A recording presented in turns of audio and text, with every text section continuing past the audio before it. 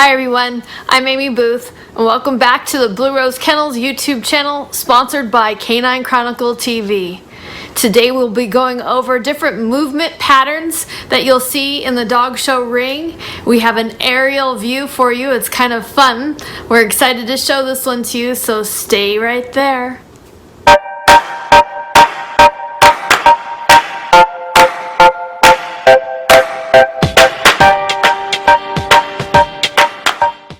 Thank you for joining us again, everyone. Today we have a little bit of snippets from our handling class where we practice social distancing and getting you used to wearing a mask and learning the basics of dog shows. So today we are going to go over with you at home different patterns that the judge might ask for in the show ring.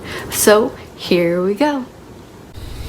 Okay, we're going to start off with entering the ring, and the judge will typically call the class in the ring, checking numbers, and each exhibitor brings their dog in and goes around the ring, keeping some distance and some space, especially in these times, socially distant.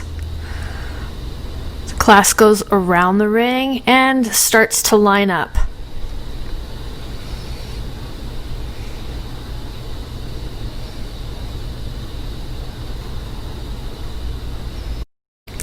Now we're going to review the down and back. From an aerial view, you can see the down and back going away from the judge, straight down, turning around at the corner, and coming back to the judge. That's a typical down and back. Now there are two ways to do a down and back: the direction that this handler just did and what we'll see next. But with a short-legged dog, it's very typical for the judge to use the smallest track in the ring, and we shaved our grass down tightly to help show the guidelines of the patterns for this viewing. But this is a typical straight down and back.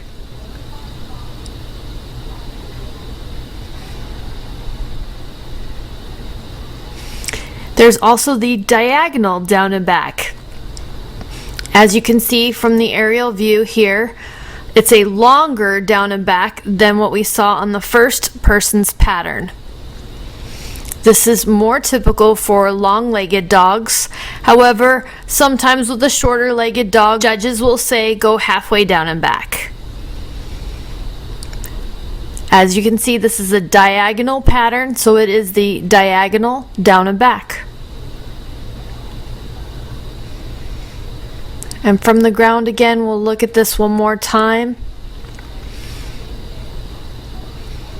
You want to make sure you keep your dog in the center of your path on your down and back.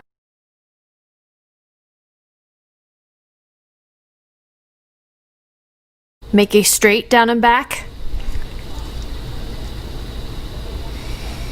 And you're going to come in and free stack your dog. Next, we're going to review the triangle.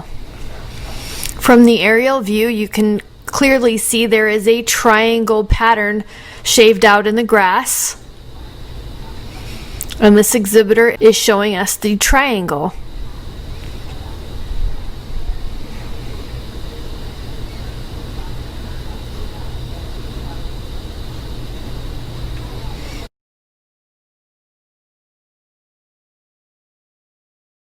Good job. Now we'll take a look at it again from the ground. She's going straight away from the judge, turning the corner, going to the far corner of the ring, and coming back to the judge. The down and back and the triangle are the most common patterns. However, occasionally you'll be asked to do an L. It's very rare these days, but just so you know what it looks like, this exhibitor is demonstrating an L. And you can pretty much see from this aerial view the L pattern that she's going to follow. She's going to switch hands here and keep the dog on the inside of the ring facing the judge, so the judge can always see the dog. She's going to switch hands again down at this corner and then come back to the judge in an L-shaped pattern. We're going to view this one more time from the ground view, away from the judge.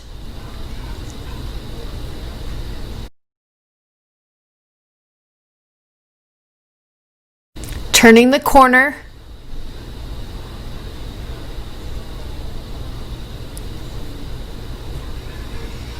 One of the reasons this isn't commonly used anymore is because the changing of hands makes it a little unsafe. The dog isn't as sure of itself, you're not as sure of yourself. As you can see, she lets the dog pass in front of her slightly and then switches hands to come back into the judge. This is a great technique. No matter what pattern the judge asks you to do, they'll typically ask after that pattern to do an around to the end. And we are going to see this demonstrated with this golden. After its pattern, it's going one at a time around to the end. And that just moves the line up, and you'll see the next person in line set up and get ready. This is from the ground view, the same thing, the around to the end. And the next exhibitor getting ready.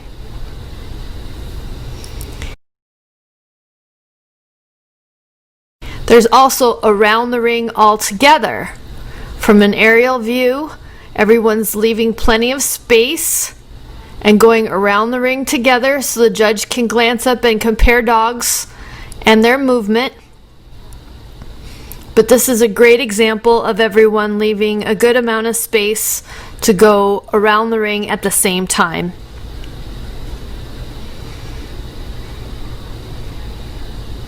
You have your slower dogs at the end.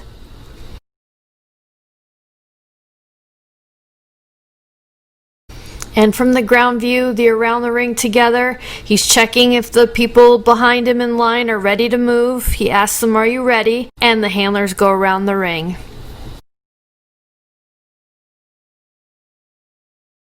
Leaving space and yet paying attention to the right speed for their dog.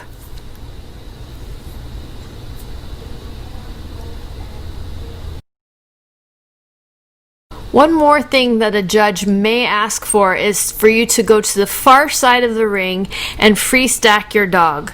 So everyone in the class is going to do it for us. He's going halfway around to the far side of the ring, stopping and free stacking his dog.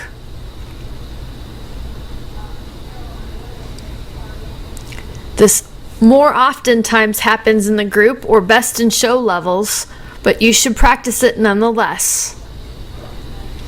And then, after the judge is satisfied with his free stack, the judge sends him around to the end of the line, and the next dog moves up and does the same thing. Moves around to the far side of the ring and free stacks.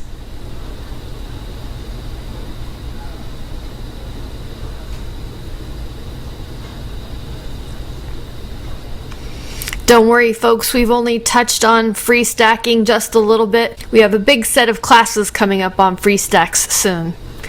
And the judge is satisfied with the free stack and sends her around to the end, and the next dog moves up to do the same. So while you're waiting for your turn, you're mentally getting ready for how you're going to do your free stack, and you start practicing with your dog a little bit. And this is just a puppy, so it's a good time for it to learn what's expected of it.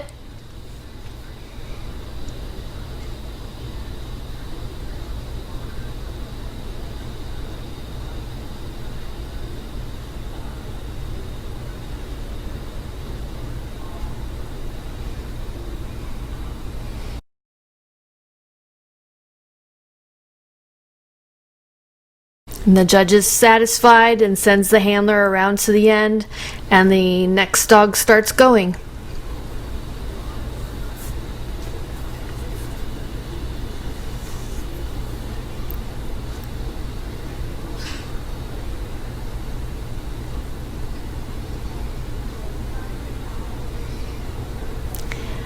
She goes to the far side of the ring, the same thing, smaller dog, but the exact same technique. Going to the far side of the ring and getting her dog to free stack.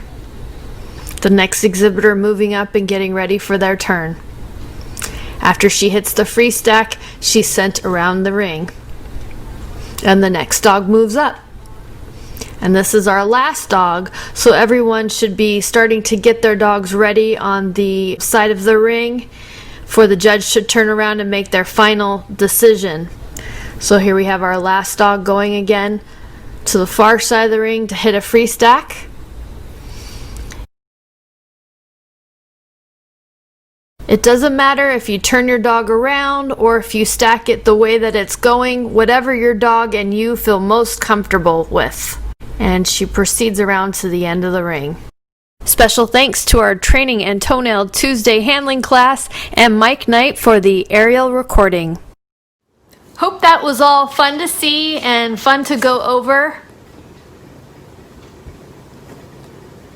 Someone's making herself at home. Dog show patterns may differ depending on the judge, but for the most part, what we covered today is what you'll typically see at a dog show. We hope that you're really enjoying all the content that we're producing on this channel. If you like what we're doing, please subscribe, give us a thumbs up, ring the bell so you're notified every time we upload new content, and share this channel with anyone that you think might like it. Thank you, and we'll see you in our next video.